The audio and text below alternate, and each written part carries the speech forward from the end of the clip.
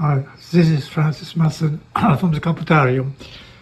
Our FACIT ESA0 machine is very temperamental and it refused again to make proper division, while the culprit was as always long rest and insufficient oiling. Now let me show how it works now. I will divide 355 by 113. 355.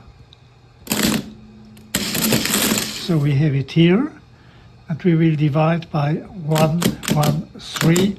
This lever is on the division position. I just push the divide button. Well, first error not to make, huh? So we will redo it. Let me zero everything. 355. Yes. And actually 113 must be put below the 355.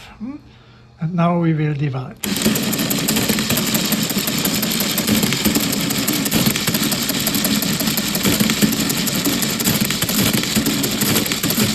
So here you have the well-known approximation to pi 3141592, and this is a rounded number. As you have seen, the wheels turn in both directions. This is to minimize the time to fulfill this division. Okay, that's it for today. Thank you for your attention.